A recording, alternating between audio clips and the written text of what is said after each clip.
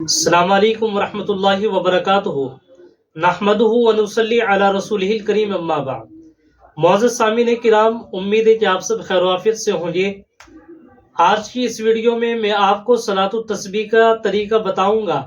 کہ صلاۃ التسبیح کا طریقہ کیا ہے۔ صلاۃ التسبیح کی جو دو طریقے ہیں ان کو میں آپ کے سامنے آسان انداز میں بتاؤں گا تاکہ آپ اس کو اچھی طریقے سے سمجھ جائیں، اس لیے کہ شب برات پرسوں کی ہے، یعنی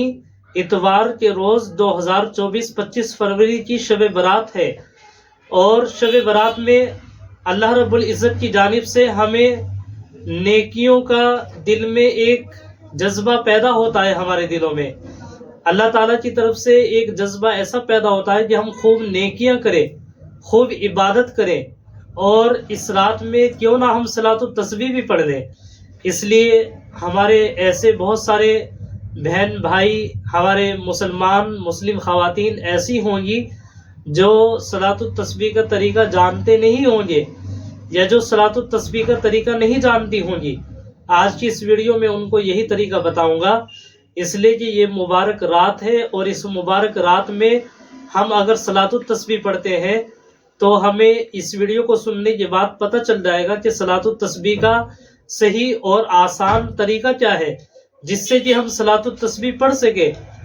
تو صلاۃ التسبیح کے بارے میں آپ کو بتاؤں کہ صلاۃ التسبیح کی 4 رکعت ہوتی ہے، نفل نماز، اور اس صلاۃ التسبیح کی بہت بڑی فضیلت ہے۔ چنانچہ میں سب سے پہلے آپ سے گزارش کرتا ہوں کہ جو میرے چینل کو دیکھ رہے ہیں، ویڈیو کو دیکھ رہے ہیں، آپ سے گزارش ہے چینل کو سبسکرائب کریں، لائک اور شیئر بھی ضرور کریں،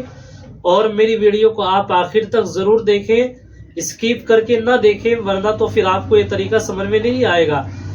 دیکھیے، حضرت عباس رضی اللہ تعالیٰ عنہ حضور صلی اللہ علیہ وسلم کے چچا تھے۔ آپ علیہ الصلوۃ والسلام نے ان کو صلاۃ التسبیح کا طریقہ بتایا، اور آپ علیہ الصلوۃ والسلام نے ان کو مخاطب کر کے فرمایا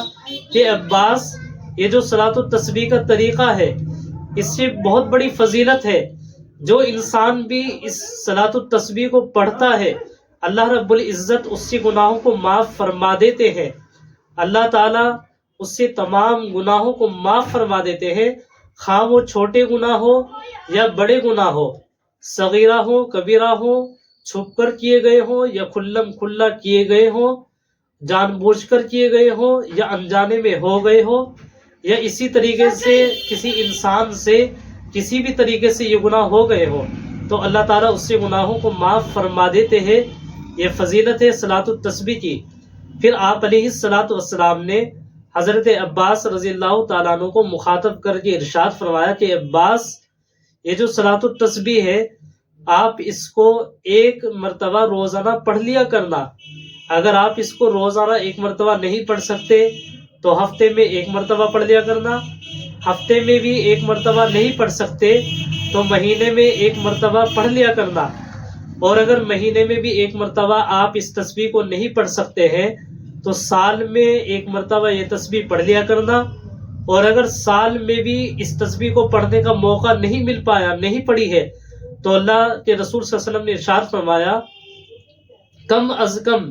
اپنی زندگی میں 1 بار تو اس تسبیح کو ضرور پڑھ لینا، اس لیے کہ اللہ تعالیٰ اس سے پڑھنے والے کی تمام گناہوں کو معاف فرما دیتے ہیں۔ تو اس فضیلت سے پتہ چلا کہ اللہ کے رسول صلی اللہ علیہ وسلم کا یہ ارشاد فرمانا کہ روزانہ نہیں تو ہفتے میں، ورنہ مہینے میں، ورنہ سال میں، ورنہ تو زندگی میں 1 بار تو ضرور پڑھ لیا کرنا۔ تو یہ فضیلت اس بات پر دلالت کر رہی ہے کہ صلاۃ التسبیح کی بہت بڑی فضیلت ہے، انتہائی فضیلت۔ تو آئیے میں آپ کو اس کا طریقہ بتاتا ہوں، اور اس سے 2 طریقے ہیں، جن میں سے ایک طریقہ تو تھوڑا مشکل ہے اور دوسرا طریقہ بہت آسان ہے، اور دونوں طریقے جاننے ضروری ہے۔ ہو سکتا ہے ہم سے بھی اگر کوئی پوچھے یا ہمیں خود پڑھنے کی نوبت آ جائے، یا ہم خود خواہش رکھتے ہیں خود سیکھنے کی، تو ہمیں دونوں طریقے پتہ چل جائے۔ اب دونوں طریقے میں سے کوئی سے بھی طریقے پر ہم نماز پڑھ سکتے ہیں، دونوں طریقے سے نماز ہو جائے گی۔ تو معزز سامعین کرام، یہ جو صلاۃ التسبیح ہے یہ 4 رکعت نفل کی نیت باندھی جاتی ہے، یہ نفل نماز ہے۔ اور اس کو پڑھنے کا وقت یہ ہے کہ ہم مکروہ اوقات کے علاوہ اس کو پڑھ سکتے ہیں، جیسے صبح کا وقت فجر کے بعد فوراً مکروہ وقت ہوتا ہے، اس میں ہم صلاۃ التسبیح نہیں پڑھ سکتے، اور اسی طریقے سے زوال کا وقت ہوتا ہے، وہ ذرا سی دیر کے لیے رہتا ہے، اس میں بھی صلاۃ التسبیح نہیں پڑھ سکتے ہیں۔ اسی طریقے سے عصر کی نماز کے بعد غروب آفتاب کے بعد جو مکروہ وقت ہوتا ہے اس میں بھی صلاۃ التسبیح نہیں پڑھ سکتے۔ تو یہ 3 وقت ہے جو مکروہ وقت ہے، ان 3 مکروہ وقت کے علاوہ ہم صلاۃ التسبیح کسی بھی وقت کسی بھی ٹائم کبھی بھی پڑھ سکتے ہیں، بس صرف یہ 3 مکروہ وقت نہ ہونے چاہیے ہمارے سامنے۔ اب دیکھیے، ہم سب سے پہلے 4 رکعت نفل صلاۃ التسبیح کی نیت باندھ لیں گے، پھر اس سے بعد ہم ثنا پڑھیں گے، اور اس سے بعد پہلا طریقہ تو یہ ہم کہ ثنا پڑھیں گے، ثنا پڑھنے کے بعد ہم سورہ فاتحہ پڑھیں گے، یعنی جس کو ہم الحمد شریف کہتے ہیں۔ میں اس لیے واضح کر کے بتا رہا ہوں، ہو سکتا ہے کچھ ایسے بھی ہوں یا کچھ ایسی خواتین بھی ہوں میری ویڈیو دیکھنے والے یا دیکھنے والی جن کو بہت کم علم ہو، ایسا بھی ہو سکتا ہے، اور یہ بھی ہو سکتا ہے کہ بہت زیادہ علم والے بھی میری ویڈیو دیکھ رہے ہوں۔ تو سب سے پہلے ہم ثنا پڑھیں گے، سورہ فاتحہ پڑھیں گے یعنی الحمد شریف الحمدللہ، پھر اس سے بعد کوئی بھی سورت پڑھیں گے، کوئی بھی سورت، ضروری نہیں کہ کچھ خاص صورتیں ہی پڑھنی ہے 4 رکعت میں، پورے قرآن شریف میں سے کہیں سے بھی ہم پڑھیں گے۔ پھر اس سے بعد ہم 15 مرتبہ یہ کلمہ پڑھیں گے، تیسرا کلمہ سبحان اللہ والحمد للہ ولا الہ الا اللہ واللہ اکبر۔ اگر اتنا یاد ہے تو اتنا پڑھ سکتے ہیں، ورنہ اس میں واللہ اکبر ولا حول ولا قوت الا باللہ العلی العظیم پورا کلمہ بھی پڑھ سکتے ہیں، ورنہ جتنا کلمہ میں نے بھی پڑھ کر کے سنایا اتنا بھی پڑھ سکتے ہیں آپ۔ تو 15 مرتبہ پڑھنے کے بعد پھر اس سے بعد ہم رکوع میں چلے جائیں گے، اور رکوع میں جانے کے بعد 10 مرتبہ سبحان ربی العظیم کہنے کے بعد پھر تیسرا کلمہ 10 بار پڑھیں گے ہم یہ۔ پھر اس سے بعد سمیع اللہ لمن حمیدہ یعنی جسے قومہ بولتے ہیں اس میں کھڑے ہوں گے، ربنا لک الحمد کہیں گے، اور 10 بار پھر یہی تیسرا کلمہ پڑھنا ہے، یعنی سبحان اللہ والحمد للہ ولا الہ الا اللہ واللہ اکبر۔ اگر یاد نہیں ہے تو اس کو سیکھ لیا جائے، جیسے میں پڑھ کے سنا رہا ہوں، چاہے تو اس کو دیکھ کر کے اس کو سن کر کے سیکھا جائے یا پھر کسی سے سیکھ لیا جائے اس کو۔ پھر اس سے بعد سجدے میں جائیں گے، پہلے سجدے میں، اور 10 بار پھر یہی کلمہ پڑھنا ہے۔ پھر سجدے سے اٹھنے کے بعد بھی یہی کلمہ پڑھنا ہے۔ پھر دوسرے سجدے سے اٹھنے کے بعد جس طرح اور نمازوں میں ہم سیدھے کھڑے ہو جاتے ہیں اس طرح کھڑے نہیں ہونا ہے، بلکہ دوسرے سجدے سے اٹھنے کے بعد بھی 10 مرتبہ یہی کلمہ پڑھنا ہے، اور یہ کلمہ پڑھنے کے بعد 10 بار پھر بغیر اللہ اکبر کہے سیدھے کھڑے ہو جانا ہے دوسری رکعت کے لیے۔ اور دوسری رکعت میں بھی وہی شکل رہے گی جو پہلی رکعت میں تھی،